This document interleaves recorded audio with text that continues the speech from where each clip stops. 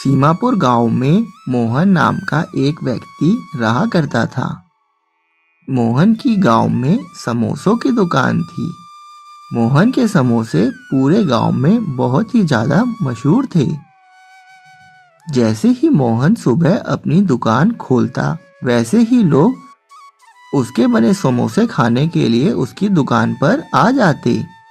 फिर एक दिन, मोहन भाई, तुम्हारे हाथ के बने समोसे इतने अच्छे हैं कि मेरे घर में कल मेरे कुछ रिश्तेदार आए थे और तुम्हारे हाथ के बने समोसे खाकर गए थे। आज उनका सुबह फोन आया और उन्होंने तुम्हारे समोसे लाने को कहा है। भाई, तुम्हारे समोसों की तो बात ही कुछ और है। हा हा हा हा। हाँ भाई रवि, अब क्या करें, आप सब गांव वालों का इतना प्यार देखकर मुझे तो बहुत ही ज्यादा खुशी होती है। हाँ, पर ज्यादा प्यार देखकर समोसे बनाने बंद मत कर देना मोहन भाई। हा हा हा हा हा हा। गांव के सभी लोग मोहन के समोसे खाकर बहुत ही ज्यादा खुश थे, बस एक इंसान को छोड़कर। वो था मोहन का दोस्त कालिया, जो था तो मोहन का दोस्त, पर उसका कोई भी काम दोस्ती लायक नहीं था। कालिया अपने दोस्त मोहन की तरक्की से बहुत ही ज्यादा जला करता था। कालिया दिन भर कुछ काम नहीं करता और सारा दिन मोहन की दुकान के पास ही खड़ा होकर मोहन की तरक्की से जलता रहता। अरे भाई कालिया, मैं तुझे बता रहा हूँ, तू भी मेरे साथ में जो दुकान है भाई, तू वहाँ चाय की दुकान खोल ले। देख, मेरा तो समोसों का काम है और तेरी चाय की दुकान, दोनों खूब चलेगी। हाँ मोहन, तेरी तो दुकान बहुत अच्छी चल रही है ना। भाई, मैं तेरा सच्चा दोस्त हूँ, तुझे सही सलाह दूंगा, तभी कह रहा हूँ भाई, मेरी दुकान के साथ तू भी अपनी दुकान खोल ले। हाँ, बड़ा आया दुकान खोलने वाला। अरे अरे अरे अरे, देख तू तो नाराज हो गया भाई। ऐसा कहकर कालिया मुंह बनाकर वहां से चला जाता है। फिर रात में, हाँ मुझे बता रहा है, इतना ही दोस्त की फिक्र होती तो पैसे देता ना कि ले भाई दुकान खोल ले। हाँ, इस मोहन के बच्चे को तो सबक सिखाना पड़ेगा। साला, इसकी समोसे की दुकान क्या चल गई, ये तो अपने आप को ज्ञानी बन गया। हाँ, तभी वहाँ गांव का मशहूर चोर सरिया आ जाता है। वह अभी थोड़े दिन पहले ही जेल से आया था। हाँ भाई सरिया, कैसे हो और कब आए जेल से? भाई कालिया, मैं तो बिल्कुल ठीक हूँ, थोड़े दिन पहले ही जेल से सजा काट के आया हूँ। और तू बता, कुछ काम धंधा शुरू करा या यूं ही घूम रहे हो गांव में? अरे भाई, काम धंधे तो छोड़, गांव में कोई है जिसकी हेकड़ी निकालनी है। फिर वह सारी बात सरिया को बताता है। सरिया सारी बात सुनकर कालिया को कहता है, बस इतनी सी बात है? भाई वैसे तो मोहन तुम्हारा अच्छा दोस्त है, पर फिर भी मोहन को सबक सिखाने के लिए एक रास्ता है मेरे पास कालिया भाई। वह क्या? मोहन का घमंड उसके समोसे हैं। तुम एक काम करो, समोसों में जुलाब की गोलियां मिला दो, फिर जो भी मोहन के हाथों से बने समोसे खाएगा वह बीमार हो जाएगा और फिर कभी भी उसकी दुकान पर समोसे खाने नहीं आएगा। हा हा हा। और कालिया, तेरा काम भी बन जाएगा। कालिया को सरिया की यह बात बहुत पसंद आती है। वह सुबह जल्दी से जाकर मोहन की दुकान पर रखे समोसे के मसालों में जुलाब की गोलियों का पाउडर मिला देता है। हा हा हा, अब आएगा मजा। साला मोहन बहुत ही होशियार बनता था ना। मैंने भी तेरी दुकान पर ताले न लगवा दिए तो मेरा नाम भी कालिया नहीं। वहीं दूसरी तरफ मोहन खराब मसाले से सारे समोसे बनाकर तैयार कर देता है। तभी रास्ते से कालिया का बेटा मोहन की दुकान की तरफ गुजरता है।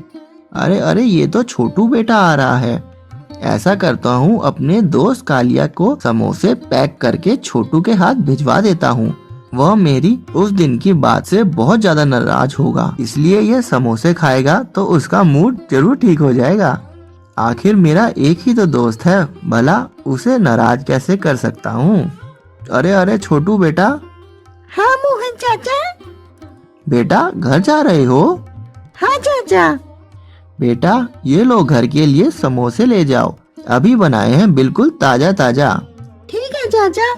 फिर छोटू वह समोसे लेकर चल पड़ता है और रास्ते में जाकर, अरे ऐसा करता हूँ, मैं अपने नाम का समोसा यही रास्ते में खा लेता हूँ।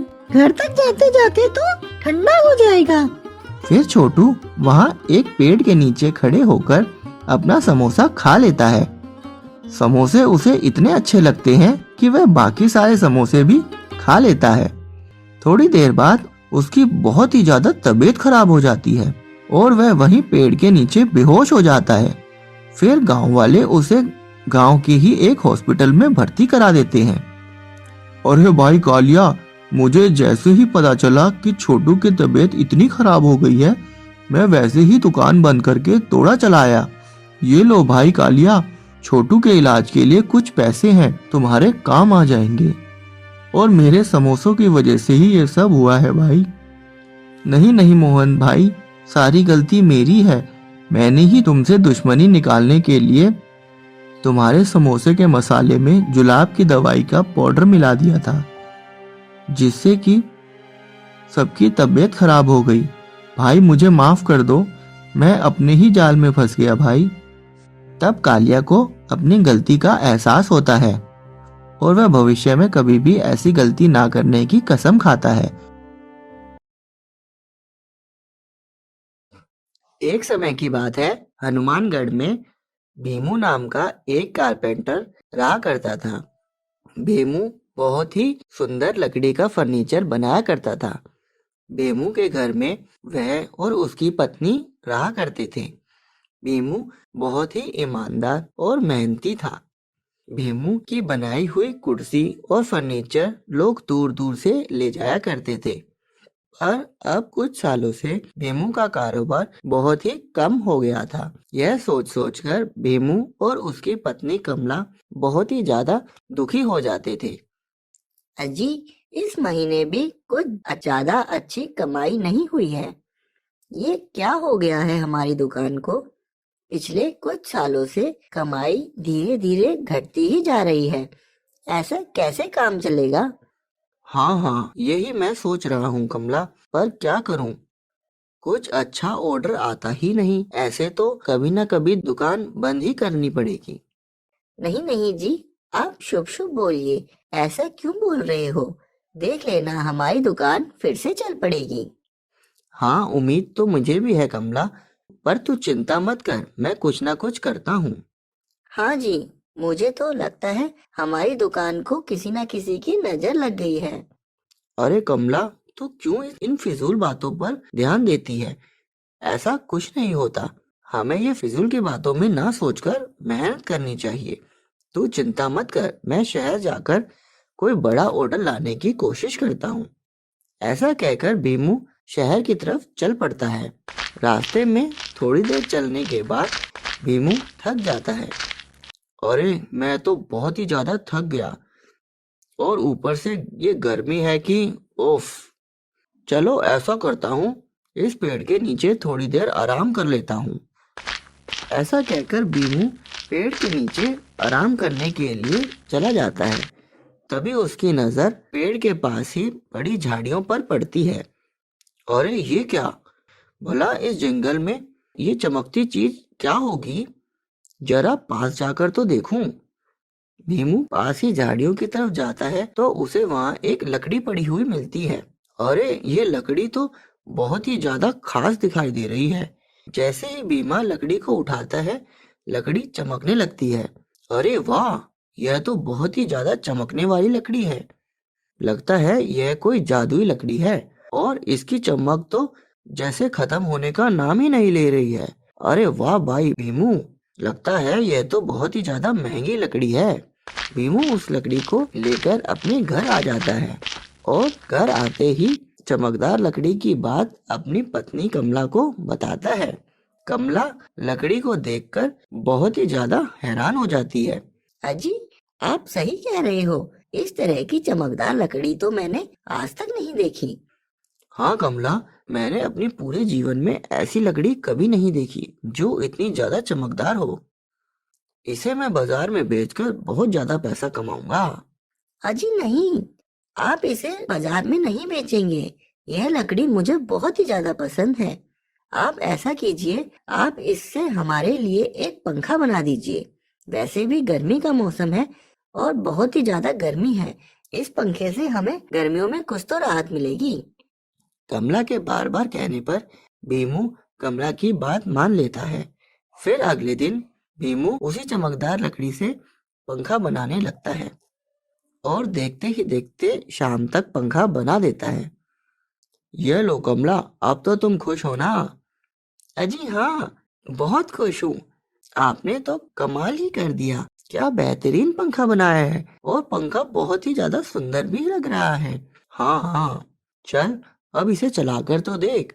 फिर कमला जैसे ही वह जादुई पंखा चलाती है तो पंखे से नोटों की बारिश होने लगती है। यह देखकर कमला और भीमू हैरान हो जाते हैं। वह समझ ही नहीं पाते कि ये क्या हो रहा है। अरे अरे अरे अरे, ये क्या, पैसा ही पैसा। अरे वाह, अरे वाह वाह कमला, ये क्या हो रहा है? ये क्या हो रहा है जी? कमला, मुझे लगता है यह पंखा एक जादुई पंखा है। अब तो हमारी लॉटरी ही खुल गई। अरे वाह वाह वाह। फिर उस शाम दोनों सारा पैसा इकट्ठा कर कर सो जाते हैं। फिर अगली सुबह, अच्छा कमला, मैं कुछ काम के लिए शहर जा रहा हूँ, तुम अपना ख्याल रखना और साथ ही हमारे जादुई पंखे का भी ख्याल रखना। ये तो हमारे लिए सोने की मुर्गी के बराबर है। हा हा हा। ऐसा कहकर भीमू घर से चला जाता है। अरे वाह, इस पंखे ने तो हमारी लॉटरी ही खोल दी। एक काम करती हूँ, मैं थोड़ा सा पंखा चलाकर देखती हूँ और मस्त करारे नोट छाप लेती हूँ और बाजार में जाके शॉपिंग भी करूंगी और सारा पैसा उड़ा दूंगी। अब तो मजा ही मजा है, मजा ही मजा। ऐसा कहकर कमला फैन को ऑन कर देती है। तभी पंखे से नोटों की बारिश होने लगती है। अरे वाह वाह। अब कमला के मन में लालच और भी ज्यादा बढ़ जाता है। वह पंखे को तेज और भी तेज चला देती है। पंखा अपनी पूरी रफ्तार से चलने लगता है और नोटों की बारिश होने लगती है। दूसरी तरफ कमला का लालच बढ़ता ही चला जाता है और आखिर में इतनी तेज रफ्तार होने के कारण पंखा टूटकर नीचे जमीन पर गिर जाता है। पंखे के जमीन पर गिरते ही कमला के होश उड़ जाते हैं और पंखा जमीन पर गिरते ही गायब हो जाता है। साथ ही जो नोट पंखे से गिरे थे वह सब भी जादुई नोट गायब हो जाते हैं। यह देखकर कमला बहुत ही ज्यादा दुखी हो जाती है और अपने लालच में आकर जादुई पंखे से हाथ धो बैठती है। अरे ये मैंने क्या कर दिया? मैंने अपने लालच में आकर ही अपने जादुई पंखे को गवा दिया। ये मेरे से क्या भूल हो गई? अरे नहीं, ये तो मैंने लालच में आकर अपना ही नुकसान कर दिया। तो मेरे प्यारे प्यारे दोस्तों, भाई आपको ये वीडियो कैसी लगी मुझे कमेंट करके भाई जरूर बताना। और साथ ही साथ अगर चैनल पे नए हो तो भाई इस चैनल को सब्सक्राइब जरूर करके जाना। अगर वीडियो यहाँ तक देखी है तो भाई पसंद तो जरूर आई होगी, क्योंकि तुम्हारे भाई ने इतनी मेहनत करी है, लिखने, ऑडियो करना, एनिमेशन देना, सब कुछ तुम्हारा भाई अकेले ही कर रहा है अभी तक। तो भाई सपोर्ट अपना जरूर बनाए रखो साथ ही साथ, और वीडियो को भाई शेयर कर दे करो ज़्यादा से ज़्यादा जितनी हो सकती है। अभी तक जितनी भी स्टोरीज लिखी है वो मैंने अपने तरफ से खुद ही लिखी है भगवान की दया से। तो अभी तक जो भी पसंद आई हो भाई उसको कमेंट में जरूर मुझे ये बताया करो कि भाई किस टाइप की आपको स्टोरी पसंद है और जो वीडियो आपने देखी है वो कैसी लगी आपको, कितनी अच्छी लगी है। तो मिलते हैं नेक्स्ट वीडियो में ऐसे ही मज़ेदार वीडियो में। और हाँ, अगर आपके दिमाग में भी अगर कोई ऐसी वीडियो है जो और ऐसे कोई आइडिया है जो आप मेरे साथ शेयर करना चाहते हो तो भाई वो भी आप शेयर कर सकते हो, मैं उसके ऊपर भी वीडियो बना दूंगा। मिलते हैं नेक्स्ट वीडियो में, तब तक के लिए टेक केयर।